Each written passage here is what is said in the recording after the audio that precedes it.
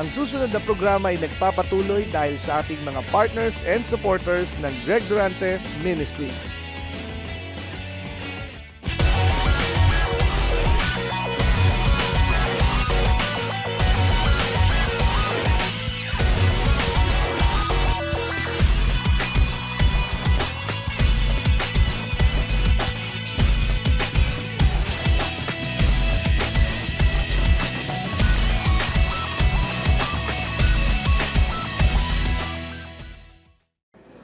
Dahil nasa iyo si Jesucristo, malusog ka. Amen? Kahit ano pa ang pakiramdam mo sa iyong katawan, malusog ka. Bakit? Dahil ika'y nakapagtitiis. At yung pagtitiis ang isang napakagandang biyaya sa mga anak ng Diyos. Amen? Dahil sa ibabaw ng lupa, maraming tiisin. Pero lagi kang aangat sa bawat pagtatagumpayan mong napagtiisan mo. Pataas ng pataas ang level ng iyong pananampalataya. At magugulat ka na lamang sapagkat hindi ka na nawiwindang ang dibdib sa mga pagsubok. Sapagkat sasabihin mo katulad ng dati, alipin kita pagsubok. Amen? Amen. Kaya kailangan po ang 100% na pagsusuko ng buhay. Hindi ho pwede ang kalakalahati. Sabihin mo sa iyong katabi, hindi pwede ang kalakalahati. Hindi pwede ang patikim-tikim. Amen? Kung kakain ka rin lamang, kainin mo na lahat. Huwag ang icing lang, pati cake.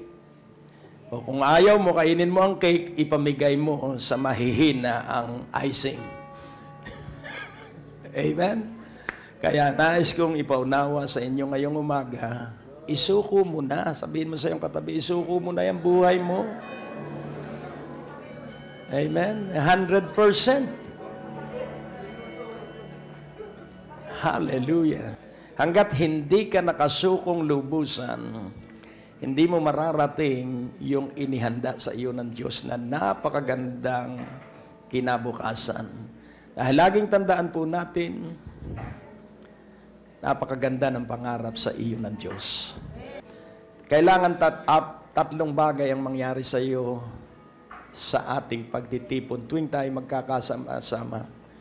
Kailangan matanggap mo ang sweetness of the Lord. Pangalawa, kailangan matanggap mo ang strength of the Lord. Pangatlo, kailangan magkaroon ka ng faith in the Lord. At pang-apat, kailangan magkaroon ka ng lubusang pagtitiwala sa Diyos. Sa pansinin po natin, yung tatlong salita, through many dangers, toils, and snares, sa pamamagitan. So, hindi ka po uunlad kung hindi ka daraan sa mga panganib.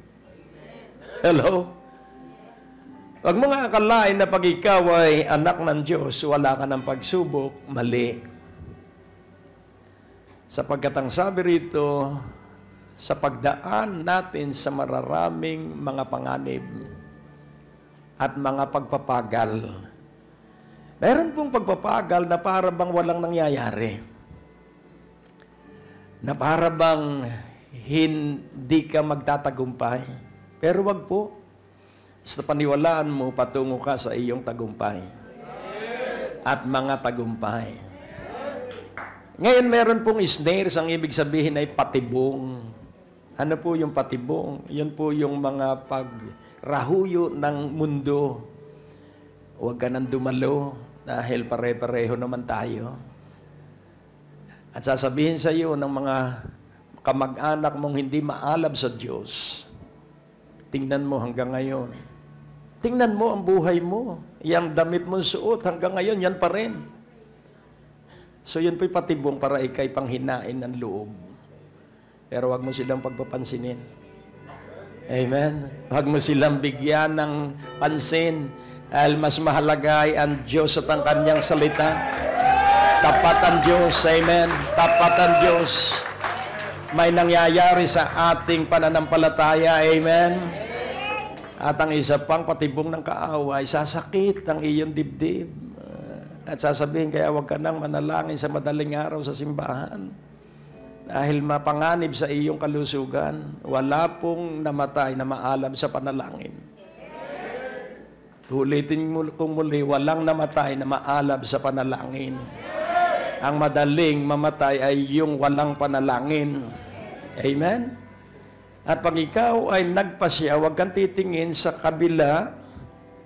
Nag-iisa na ako. Dahil ikaw lamang ang iaangat ng Diyos. Kailangan wala kang kasama sa mga araw na nag-iisa ka. Amen? At huwag kang mag-alala, nakatulog ang kambal at si Pedro. Kaya kung ikay nakakatulog, pag prayer time mo, huwag mong sisihin ang iyong sarili. Ipinakikita lang ng Diyos na mahina ka. Para ang lakas mo ikunin mo ay sa Kanya. Hello? Purihin ang Panginoon. Alam ng Diyos na mahina ako eh. Alam ng Diyos na mahina ka. Kaya nga, kailangan natin siya. Dahil siya lamang ang may lakas, siya lamang ang may karunungan, siya lamang ang may kapangyarihan. At pag ininda mo ang iyong nararamdaman, uunlad yan. Kung anong iniinda mo, dadami yan. Kung sa tuhod, pupunta sa siko yan. Dahil magpaparamdam yan, yun ang tawag do'y patibong. Amen? Pero binigyan ka ng grasya para magtagumpay. Ngayon, magsanay ka. Do this exercise of your faith. Kung ano man yung problema mo, tingnan mo yung tagumpay sa likod ng iyong problema. Sige po, pumikit ka sandali. Use your imagination because one of the powerful instrument that you possess is your imagination.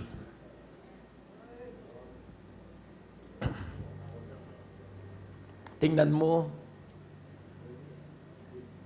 ang tagumpay mo sa likod ng iyong problema. Ang sabi ng asawa ni Walt Disney, bakit gagawa ka pa ng Disneyland?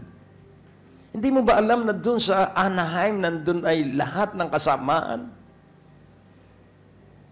Walang buhay doon, sabi ng kanyang asawa. At ang sabi niya, kaya nga doon ko ilalagay. Hindi iyon magiging katulad ng mga naroroon. Kaya nais ko pong ipaunawa na ikay nasa iyong lugar dahil hindi ka katulad nila. Amen. Hello? Amen? Sabihin mo uli sa iyong katabi, ikaw ang kinawiwilihan ng Diyos. God is so delighted on you. Amen? Wiling-wili sa iyo ang Diyos. Maligayang maligaya sa iyo ang Diyos. Amen? Oh, purihin ang Panginoon. Sa Diyos po ang papuri.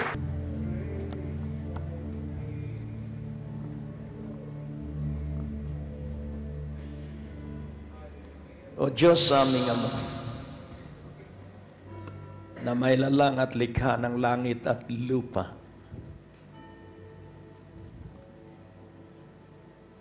likain mo sa puso ng bawat isa ang bumubukal at nag-uumapaw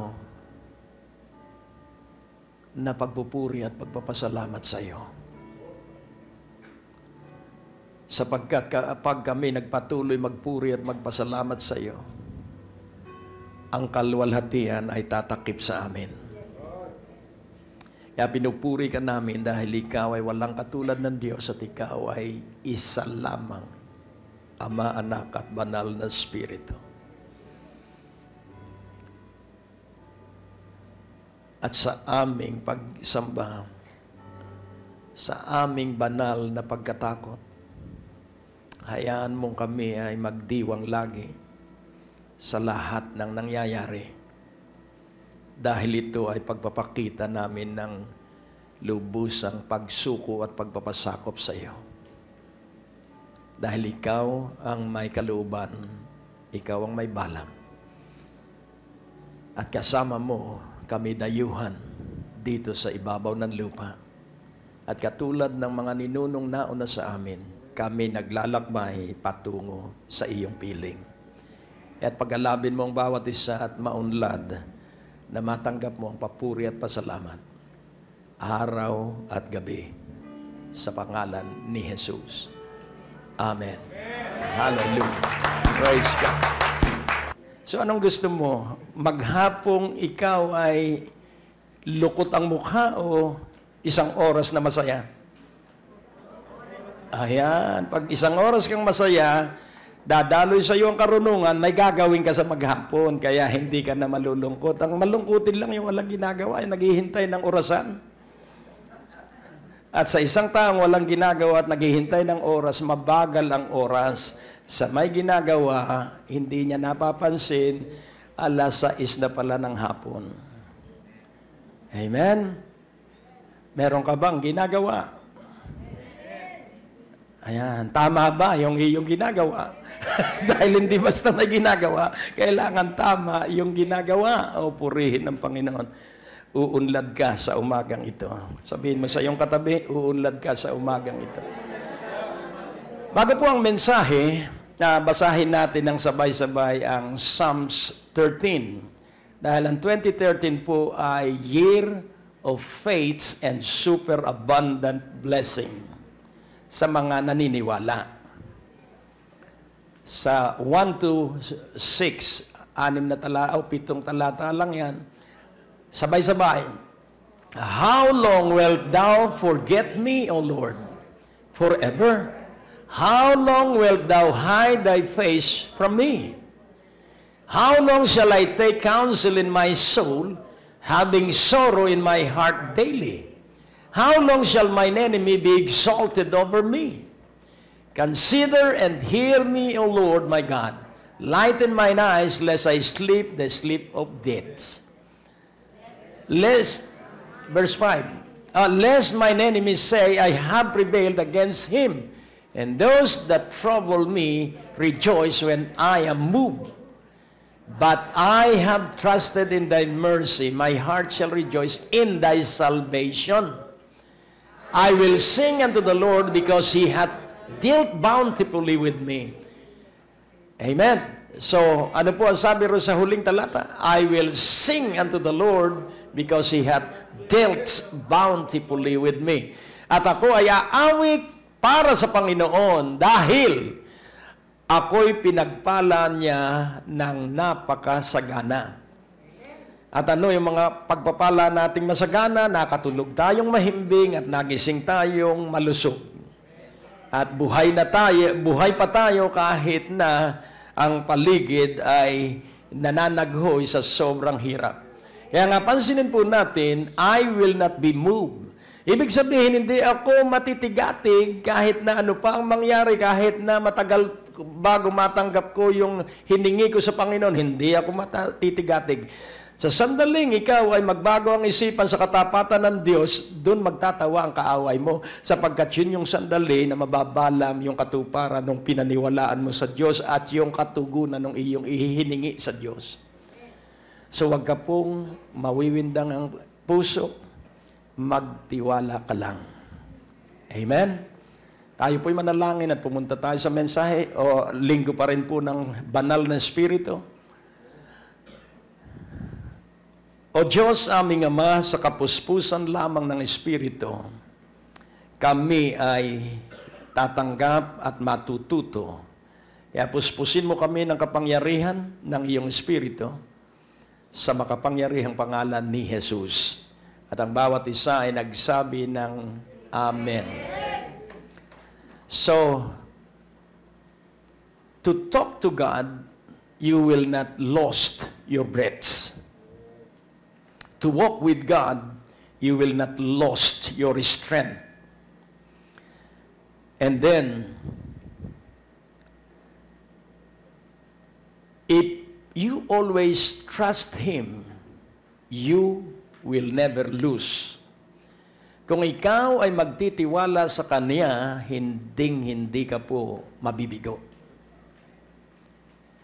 To wait for God, you will never lost your time. Wala pong nasasayang na oras sa paghihintay sa Diyos. At doon makikilala ang mga tunay na nagtitiwala sa Diyos. Sila po ay matiisin at mapaghintay at kailanman ay hindi nag-aalinlangan. Laging tandaan po natin, tapat ang ating Diyos. Kaya nais kong bigyan ng liwanag ang tatlong pagpapalang nasa iyo. Grace, faith, peace. Nasa iyo po ang grasya, nasa iyo po ang pananalig. Lahat po ito'y regalo at nasa iyo rin ang kapayapaan. At nais ko rin inyong maunawaan that holiness will be your character and righteousness will be your conduct. Ang iyong kabanalan, ang iyong ugali, at ang katwiran ang iyong dapat na ginagawa. And what is righteousness? Righteousness is always believing God, that He is true, that He is faithful, that He will make good what He promised. Ang Diyos ay tapat, Siya ay totoo, Siya ay mabuti, at gagawin niyang mabuti yung kanyang ipinangako. Kaya sa buong sambahayan natin, let us encourage one another to continue on. Walang may gusto na sira ang pamilya kundi ang dyablo.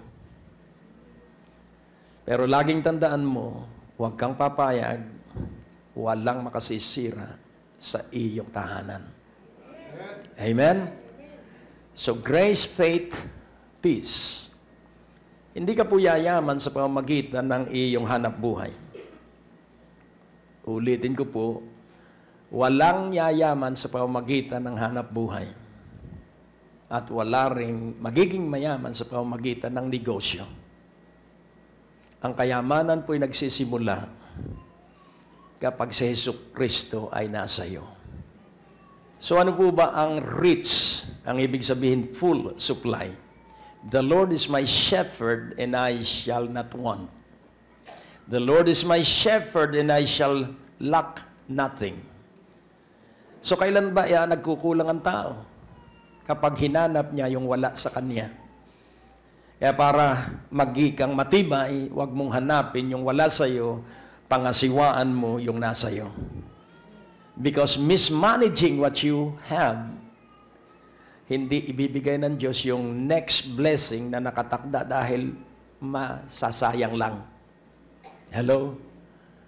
Kaya nga kung sa sweldo mo ngayon, ikaw ay nagdidiwang sa Diyos, at hindi yung pagkakasweldo, naku, kulang ito, magkukulang ka nga. Pero magpuri ka muna sa Diyos, alisin mo yung 10%, at magdiwang ka sa Panginoon, huwag mong kakainin yung 10%, at huwag mong ipantutuisin yung 10%, dalhin mo sa simbahan, at kung hindi ka disiplinado, tawagan mo ang ating tresurera, at sabihin mo, paki-pick up na yung ikapo ko dahil baka makain ko. Do not eat the seed. Hello? Sa lahat ng tatanggapin mo, alisin mo agad ang 10% dahil ang may-ari doon ay ang Diyos. Ano ang gusto mo? 100% na nakasumpa o 90% na maluwalhating pauunlarin ng Diyos? Tandaan mo, hindi po tayo nakasumpa. Tayo po ay hindi pwedeng sumpain. We are surrounded by the blessing and the grace of God. Hindi tayo pwedeng ilagay sa sumpa. Kaya kahit hindi ka mag-ikapo, hindi ka pa rin nakasumpa. Yun nga lang, dadalang ang iyong pera.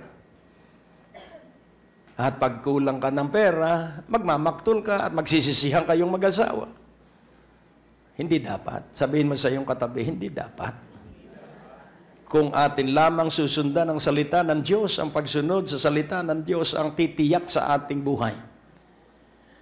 At kapag maligaya ka sa panahon ng kakapusan, ang ibig sabihin, buhay sa iyo ang Diyos. Kung maligaya ka lang ay sa panahon ng bonus at 13-month at 14-month pay at sa panahon na kulang kayo ng pambayad sa inyong hulugan, hindi ka maligaya, ibig sabihin, dalawang uri ang iyong pananampalataya at hindi yun mabuti sa kalusugan. Kailangan iisa ang ating pananampalataya. Tapat ang Diyos, kahit sa panahon na wala tayong hanap buhay. Amen po ba? At pag ika'y naligayahan sa panahon na wala kang hanap buhay, magugulat ka na lamang, magbubukas ang pintuan at mag-aagawan ng kumpanya sa iyo. Bakit? Dahil ang Diyos ang ihipo sa mga tao. So, if you are not moved doon sa mga nangyayari sa iyo, kaya mga katanungan ito, ilang talata lang ito, pero mga katanungan. At ang layunin sa labanan ay ikaw ay mag-alinlangan sa katapatan ng Diyos, magduda sa salita ng Diyos. Huwag na huwag mo yang gagawin. Sa akin pong pagbubulay, kayo po ba'y naniniwala na sa Biblia ay merong mga mangingisda? Amen. Dahil siyam doon sa alagad ay mangingisda. Kayo ba'y naniniwala na sa Biblia ay may mga pastol?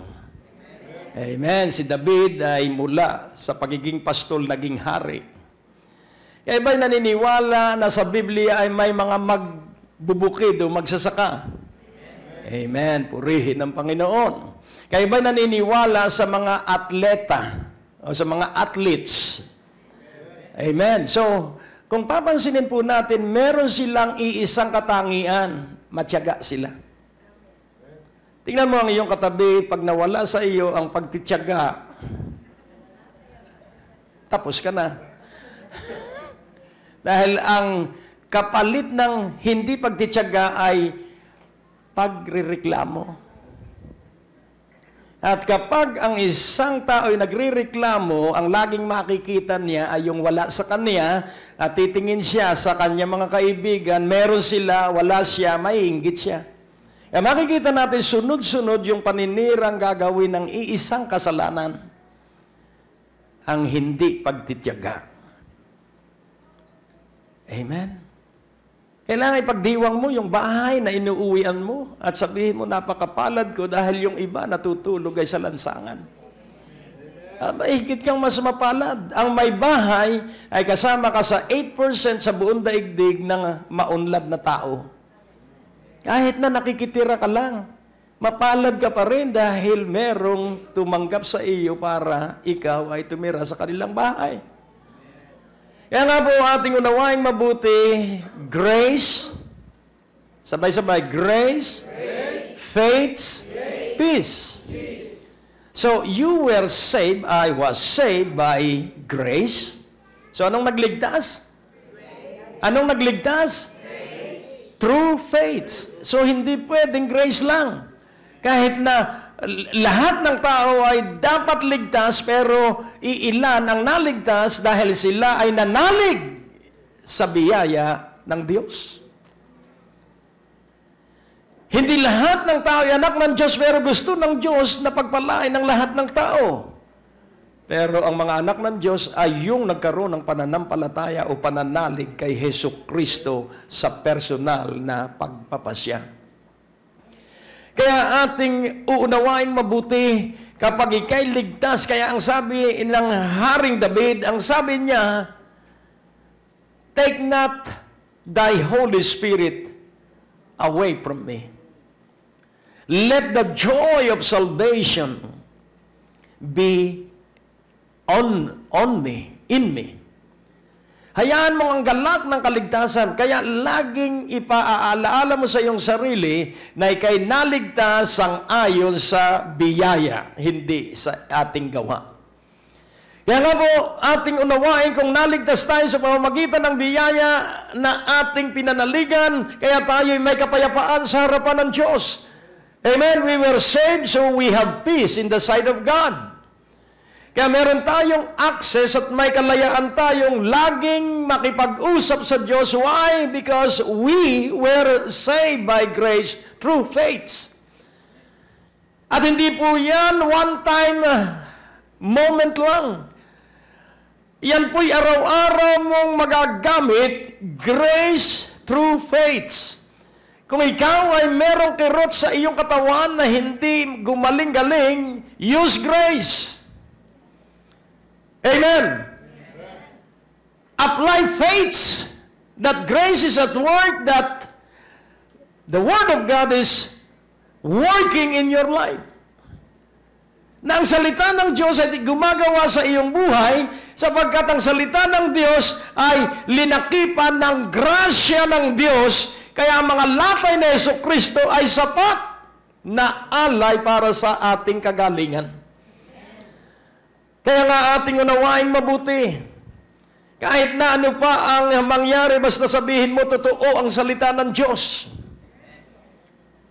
Ang sabi ng Biblia, maging sinungaling lahat ng tao, pero ang Diyos lamang ang totoo. Kaya kahit ano ang nararamdaman natin, totoo ang salita ng Diyos. O, purihin ng Panginoon. Kahit ano ang nangyayari sa atin, totoo ang salita ng Diyos, dahil ang salita ng Diyos ay hindi pwedeng pasinungalingan ng mga nangyayari. Ang salita ng Diyos ay salita pa rin ng Diyos kahit ano ang mangyari. Kaya ngayon pong umaga, nais kong maunawaan ninyo na ang tanging makapagbibigay ng kasiyahan sa Diyos at makapagbibigay ng kaligayahan sa Diyos ay ang mabuhay tayo sa pananalig. There is only one way to please God, no other way, no second way. The only way to please God is faith. Hello? So faith is entering into the unknown.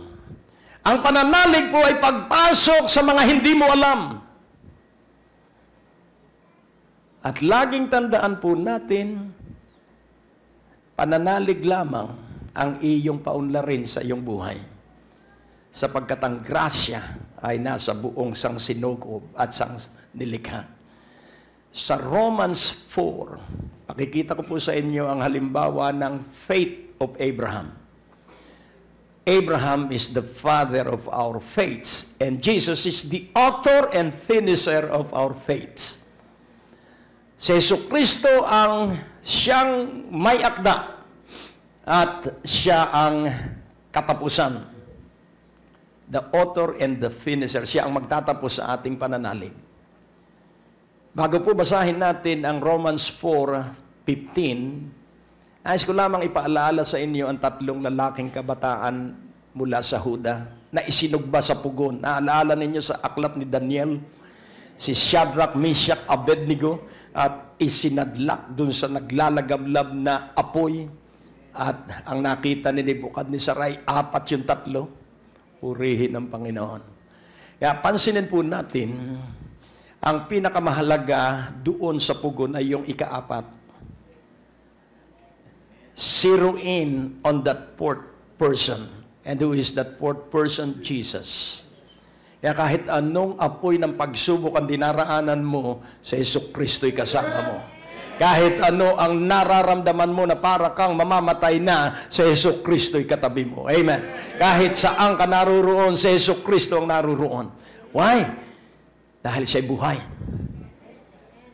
Kausapin mo siya dahil siya'y buhay. Ang buhay kinakausap. Pero marami ang kinakausap ay patay. Kausapin mo ay ang buhay. Sa Jesucristo'y buhay, magpakailanman.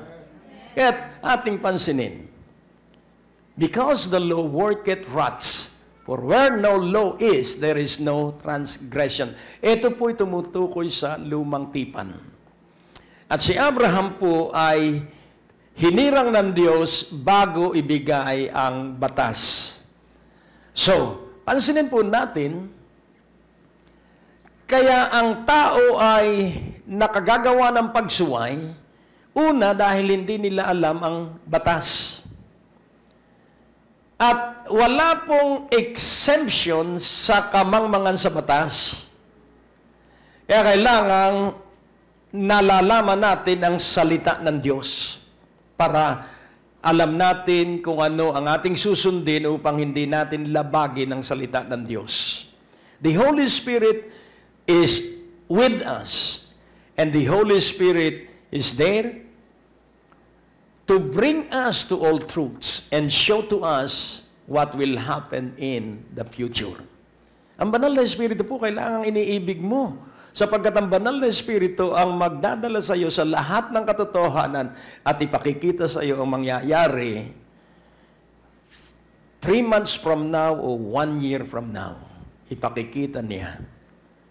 Kaya napakahalaga na ating maunawaan ang kahalagahan ng Diyos, ng Kanyang salita at ng Kanyang Espiritu. Diyos, salita, espiritu. Sapagkat sa salita ng Diyos, nandun ang kalusugan at buhay. Buhay at kalusugan. Gusto mong maging malusog? Magbasa ka lang ng magbasa ng Biblia. Hindi baling hindi mo maintindihan lahat yung binabasa mo, basta basahin mo. Basahin mo lang ng basahin.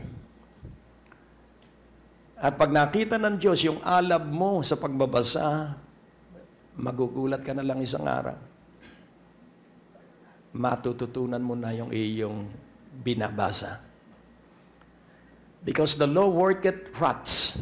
So atin pong unawain, nung tayo po'y maligtas, tayo po ay wala na sa puot ng Diyos. Pero sa huling panahon, nakaamba po ang puot ng Diyos. Pero ikaw at ako, inalis na doon sa puot ng Diyos. Amen? So, pansinin po natin, for where no law is, there is no transgression. At pansinin po natin, wala na po tayo sa batas. Sabihin mo sa iyong katabi, malaya na tayo sa batas. Amen? So, ano ang nagpalaya sa atin sa batas? Silipin natin sandali sa Galatians chapter 5:23 o 22. But the fruit of the Spirit is love, singular, the fruit. Isa lang ang bunga. Katulad ng suha. Pag kumuha ka ng suha, buo yun yung isa, pero maraming layer.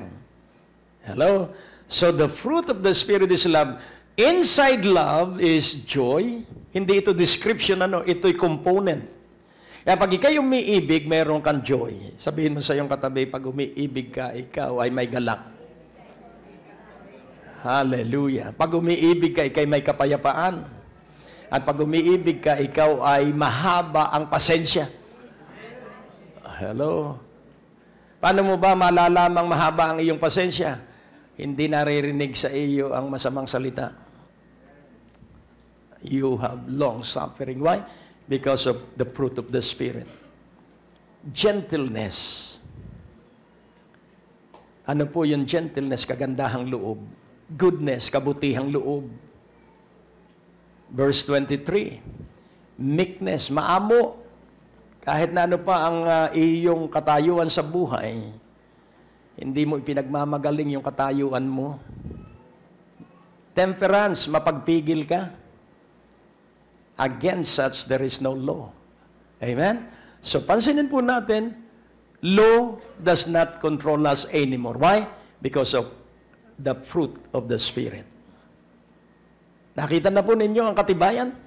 Na tayo'y malayang-malaya sa puot ng Diyos dahil ang umiibig ay hindi lalabag sa batas. Nakukuha niyo po? Kaya iibigin mo kung may asawa ka, iibigin mo ang iyong asawa at mananalangin ka sa Diyos. Kung ikay lalaki na mabigyan ka ng Diyos ng lahat ng probisyon na maiaabot mo sa iyong asawa, o kung babae man ang naghahanap buhay, mananalangin yung babae na siya'y matustusan para ang mamamahala naman sa sambahayan ay ang lalaki, alin man sa dalawa, dahil tayo nasa makabagong panahon. Amen? Pero iisa pa rin ang kailangang ating gawin. Pairalin natin ang pag-ibig, at ang pag-ibig ay hindi natin magagawa malibang ang Espiritu ay nasa atin. Kaya kung ikaw ay may pamimintas pa rin at ikaw ay meron pa rin pagsasalitang masama ng talikuran, ibig sabihin, hindi ka namumunga. Sabihin mo sa iyong katabi, mamunga ka na. Ibalik natin sa verse 16 ng Romans chapter 4. Because, therefore, it is of faith that it might be by grace, to the end the promise might be sure to all the seed, and to that only which is of the law, not to that only which is of the law, but to that who also which is of the faith of Abraham, who is the father of us all. So who is the father of faith? Abraham. At pansinin po natin, sino po yung seed? to all the seed, not to that only which is of the law. Yun pong seed ay lahi ni Abraham. At sino yung lahi ni Abraham na nasakop ng batas? Ang mga Hudyo sa lumang tipan. Subalit tayo sa bagong tipan ay mga Hintil na nabubuhay sa pananalig kay Hesus Kristo. Kaya kasama tayo rito, kapag tayo nanalig sa Diyos, katulad tayo ng Ama ng pananalig. We are like the Father of faiths. Amen? At ang sabi sa verse 17, as it is written, I have made thee a father of many nations, before him whom he believed, even God, who quickeneth the dead, and calleth those things which be not as though they were. Atin pong pansinin, yun pong quickeneth, ang ibig sabihin ay binibigyan ng buhay ang patay. Kaya kung ano ang mga patay sa ating buhay?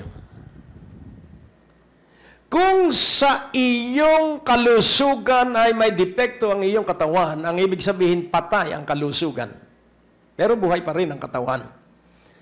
Kung hindi nararanasan ng sinuman ang kasaganaan sa spiritual, sa pangkaluluwa at pangkatawan at pananalapi, ang ibig sabihin may patay sa isang buhay.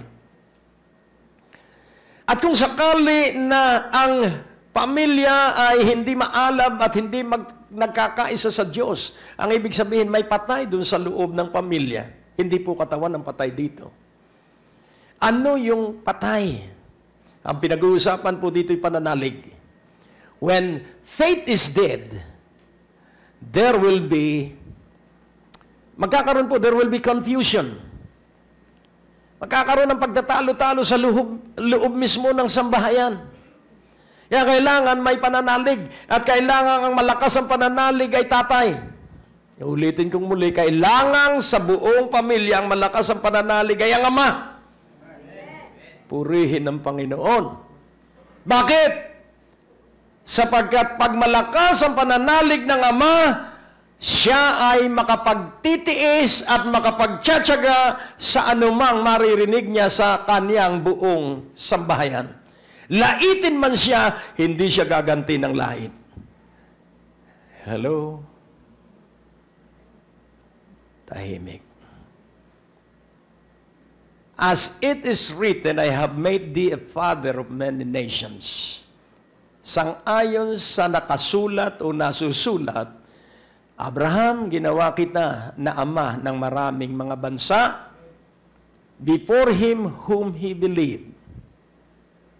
Sa harapan ng kanyang sinampalatayanan. So, sino ang sinasampalatayanan ni Abraham? Sino ang ika-4 na lalaki doon sa pugon, sa aklat ni Daniel? Si Jesus. So, sino ang sinasampalatayanan ni Abraham? Si Jesus. Ang Ama at ang Banal na Espiritu. Even God, who quickeneth the dead, and calleth those things which be not as though they were. So ano po ang ibig sabihin? Ang Diyos lamang ang bumubuhay ng patay. So, quickeneth the dead and calleth those things. At ang Diyos lamang ang tumatawag sa mga bagay na wala. Kaya kung papansinin natin sa Genesis 1, ang kanyang paglikha ay sa pamamagitan ng pagtawag, let there be light. And there was light. Let there be firmament. Pero ang tao, kamay ang kanyang ginamit. At hiningahan niya ang tao. At kapansin-pansin, sa mga isinumpa ng Diyos doon sa pagsuway ni Adan, hindi isinumpa ang tao. Magkakaroon lang ng hirap sa kanyang pamumuhay, pero hindi isinumpa ang tao. At ang utos kay Adan, have dominion, hindi sa tao, dahil ang tao hindi pinamumunuan. Ang tao, ini-influensyahan. Hello? Maisipan ng tao. Kahit mga anak natin, hindi mo pwedeng pwersahin ang iyong anak para sumunod. Kailangan makita sa atin yung magandang pag-uugali. Ulitin kong muli, holiness. represent character, and righteousness, it is right doing, represent our conduct. Kaya good manner and right conduct, tamang pag-uugali at tamang pamumuhay na may magandang pag-uugali. Alam nyo, ang pagkalugi natin, we mismanage the three divine resources: time, diligence, and honesty. May isang mangangaral lumapit sa isang healing minister at ang sabi niya, "Brother, i-pray mo ako at alam kong gagaling ako dahil nawala ang kanyang boses." At ang sabi ng healing minister, "Hindi kita ipapanalangin. Dahil alam ko, ibabalik sa iyo ng Diyos ang boses, pero masasayang yung boses na yon because you are mismanaging your voice." Kung mangangako ka na magiging kang mahusay na manager sa iyong boses, idadalangin kita. "Sige na, gumaling lang ako." Sabi niya, parang, dahil wala kang boses, ay parang tango lang. "Sige na, gumaling lang ako, susundin kita." At ibinalik ng Diyos ang kanyang boses. At mula noon, may oras na siyang tahimik. Kaya mga ama, baka ikaw ang mabunga nga sa bahay. Hello? Hindi baling babae. Pero pag lalaki ang laging nakasigaw, anong patutuo meron ng inyong sambahayan? Hello? Tahimik. Pastor, bakit yan ang ibang ating pinag-uusapan? Grace, faith, at saka peace. Ulitin kong muli, holiness is your character, and righteousness is your conduct. "I have made thee a father of many nations, before him whom he believed, even God who quickeneth the dead, and called those things which be not as though they were." Kaya nga, iyong unawaing mabuti, nasa bibig mo ang iyong kaunlaran. Nasa iyong dila ang iyong pagtatagumpay. Nakukuha niyo po? Dahil sabi ng Panginoon, idle word, you will be accountable for idle word that you will speak. Ano ba ang idle word? Pag sinabi mo sa iyong katabi, wala, mamamatay ka rin naman eh. Hindi ka magtatagumpay. That is idle word. Ang salita, habang buhay, merong kang tagumpay. Amen? Halimbawa, may lumapit sa iyo, "Brad, bakit ba ganun? Pangatlo ng pagkalugi ko ito." Hindi, sa ika-4 magtatagumpay ka. That is not idle word, that is affirming word. So magkakaroon siya ng muling sigla. Magkakaroon siya ng muling tapang na magpanimula sa ika-4 na pagkakataon. Kaya nga ating unawaing mabuti. Quickeneth, God who quickeneth the dead and calleth those things which be not in as though they were. So ang pananalig po ay sinasabi mo sa iyong buhay, bahagi ng iyong buhay, ang mga salita ng Diyos. Amen po ba? Kaya nga kung sa inyong bahay ay salat kayo, ipahayag mo lang, ipahayag ang salita ng Diyos. That my God shall supply all my need according to His riches and glory by Christ Jesus. That through our God we shall do valiantly, for He it is that shall tread down the enemy. It is always God. Amen? Always trust God, and you will never lose. Lagi kang magtiwala sa Diyos at hindi ka matatalo. So one of the foundation of our faith is trust in God. Ang isa sa pundasyon ng ating pananampalataya ay ang tiwala sa Diyos. Kaya nga kung ating maunawaan, may hinangaan akong kababayan ko dahil napakahusay niya sa negosyo. Pero nung marinig ko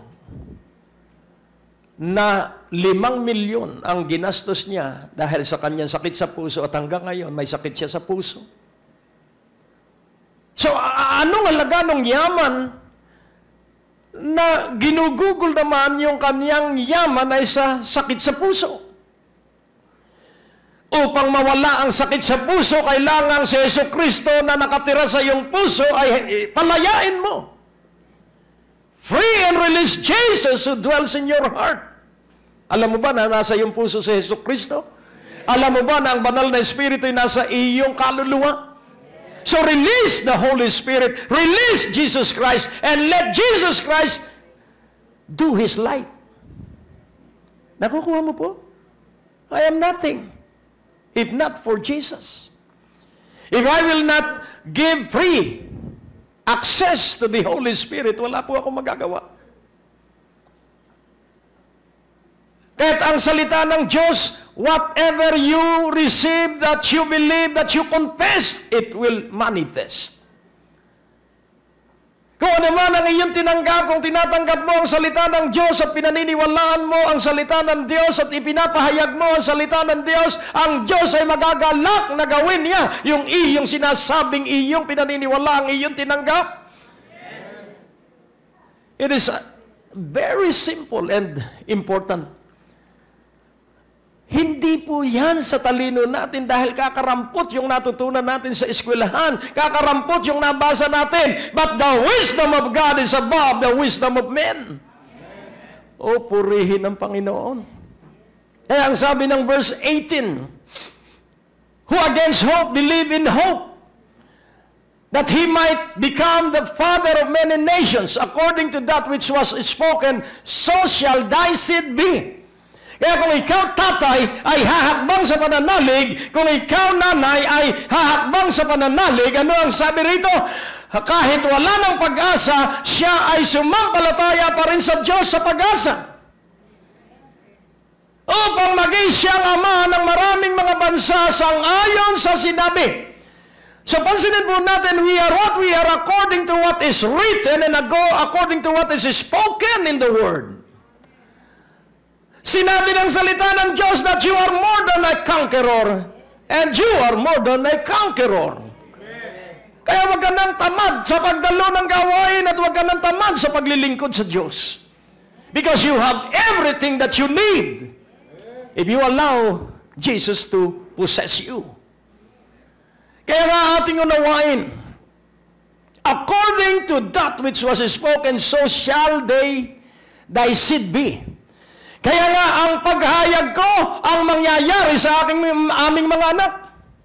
Kaya hindi kailangang marinig ako sa mga salitang salungat sa salita ng Diyos. At para hindi ako sumalungat sa salita ng Diyos, kailangan magbasa ako at mag-aral ng salita ng Diyos.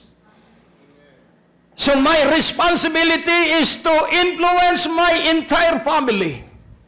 And that influence will be best exemplified through my life.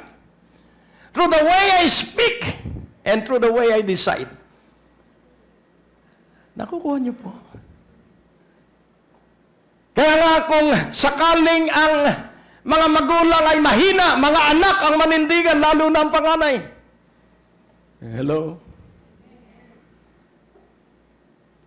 Pag bumigay ang tatay, yung panganay, babae o lalaki ang manindigan. At huwag siyang bibitaw sa kanyang pananalig at pag-asa sa Diyos.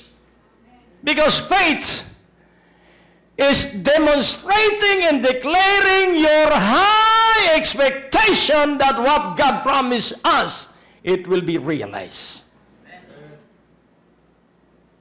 Siya na laban sa lahat ng kawalang pag-asa ay nagpatuloy na maniwala na may pag-asa para siya ay maging ama ng maraming mga bansa sang-ayon sa sinabi ng Diyos.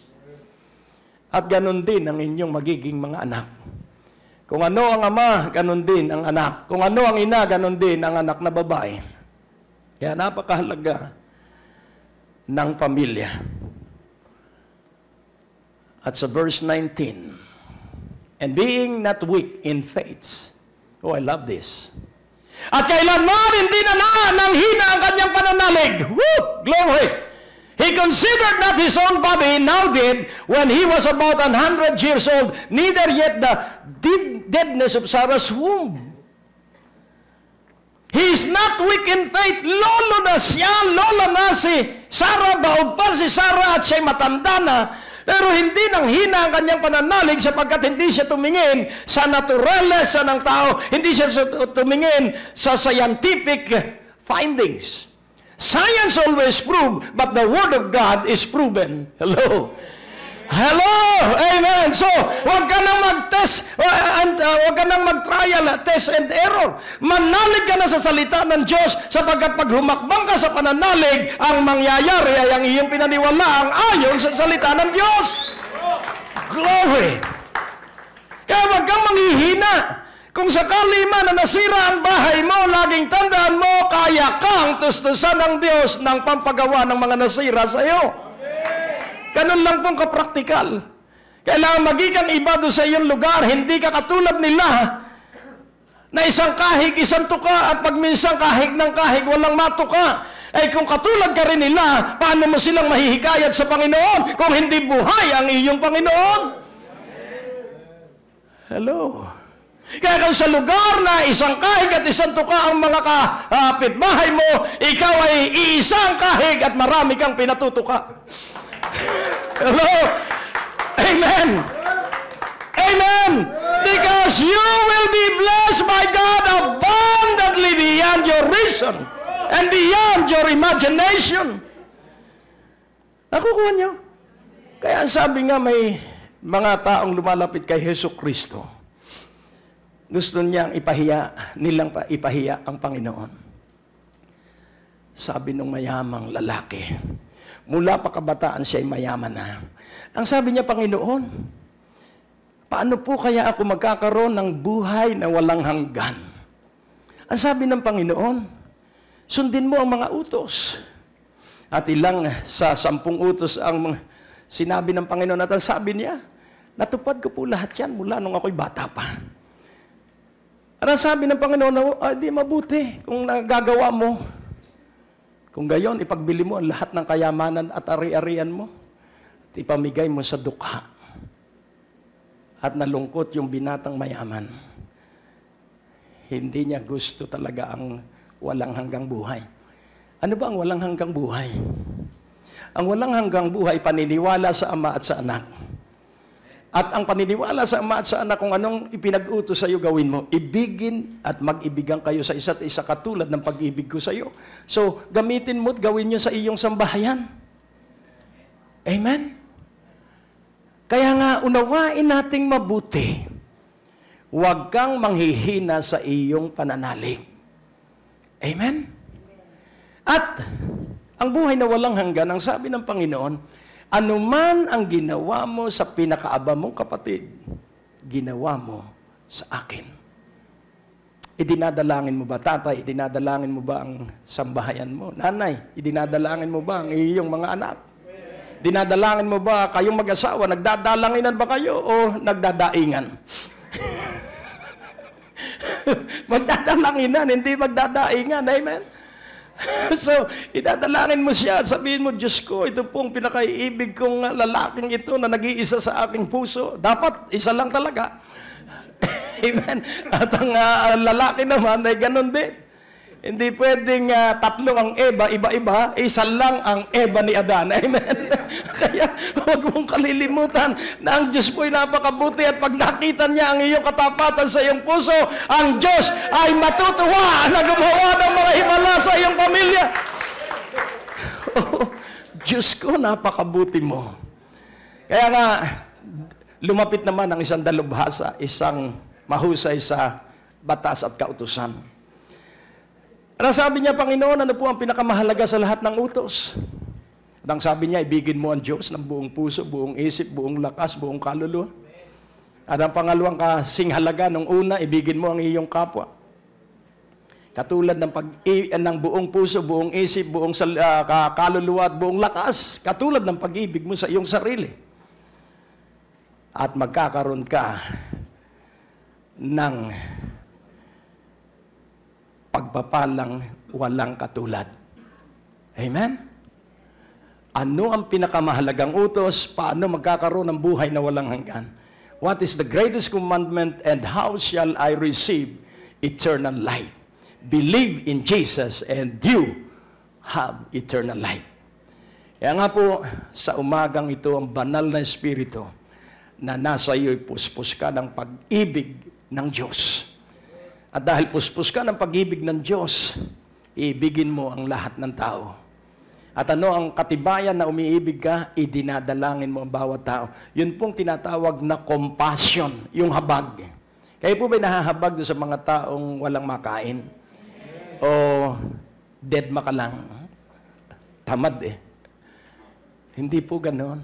Kaya pinakikita ng Diyos sa atin yung walang matuluyan, walang makain, para ikay manalangin, Diyos ko, payamanin mo po ako at tutulungan ko ang mga aba. Tingnan mo ang iyong katabi, sabihin mo, Diyos ko, payamanin mo po kami at tutulungan namin ang mga aba. Ngayon, magsimula ka ng tumulong sa aba. Pag ikay pupunta sa gawain, ano po, magdala ka na ng sandwich o yung tira mong pandesal dahil tapos pag may nakita ka dun sa sasakyang ay inihimas yung tiyan, ay maaaring gutom yun, nabutan mo. Nakukuha niyo? Sasabihin naman ng iba, baka pang rugby lang yan. Bahala na siya, ang mahalaga, natupad mo yung dapat na iyong magawa. At kapag ito ay naging gawain mo, ang Diyos ay makikita sa iyo. Napakasimple po ng buhay. Ikaw ay sisilbi sa isang bahay. Gawin mo ang lahat parang sa Diyos ka naglilingkod. At ito po ang sasabihin ko sa inyo. Pag tayo nagtipon-tipon, ulitin kong muli ang divine provision, time, diligence, and honesty. Kanino tayo magsusulit? Sa Diyos. Makapaglilihim tayo sa tao, pero lantad tayo sa Diyos. At ang Ama na nakakakita ng lihim mong iniisip at lihim mong ginagawa, lantarang ikaw ay gagantimpalaan. So, saan galing ang ating gantimpala? Sa Ama. Hello? Mapupusuan ka ng isang tao at pamamanahan ka na hindi ka naman kamag-anak. Pwede pong mangyari yun sapagkat ang Ama walang imposible sa Kanya. Pag napusuan ka ng Diyos, bibigyan ka ng mga pagpapalang. Hindi mo naisip kailanman, na hindi mo idinalangin kailanman.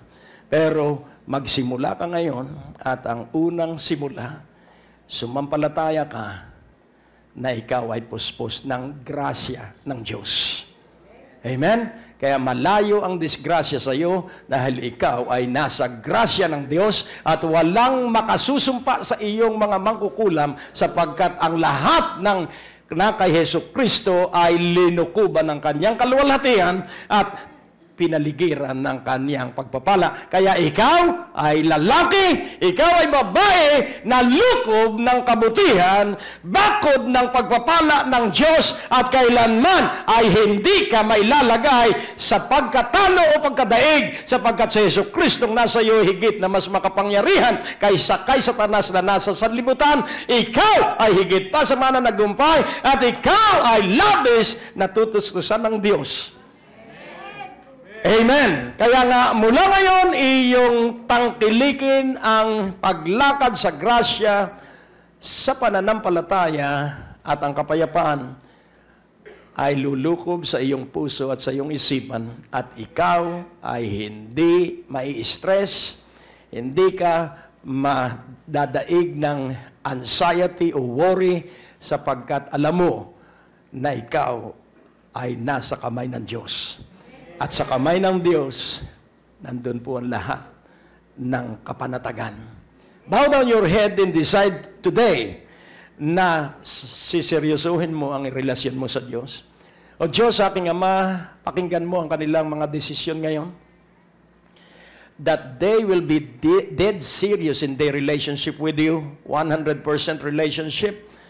Mangyari po at dalangin ko na sila'y pagpalain mo ng todo sa kanilang desisyong ito at kasihan sila ng kapangyarihan ng iyong Espiritu para sila'y makapanindigan ng tuloy-tuloy at hindi lamang continually, consistently, and constantly. Samahan mo po sila at ikaw ang maggantimpala sa lahat. Sa paraan na nakalulugod sa iyo. Sa makapangyarihang pangalan ni Jesus at ang lahat ay nagsabi ng Amen. Ang Diyos ay napakabuti. Maaari kayong sumulat sa P.O. Box 4135, Manila, Philippines. Tumawag sa ating telepono o mag-text. Bisitahin ang ating website sa www.gregdurante.com. Maaari mo din kaming sundan sa Facebook at Twitter. Malugod naming inaanyayahan ang lahat na makadalo tuwing araw ng Biyernes sa aming revival at tuwing Linggo upang sumamba sa Panginoon. Kung ikaw ay napagpala sa natapos na programa ng Great Day to Live, maaaring magkaloob sa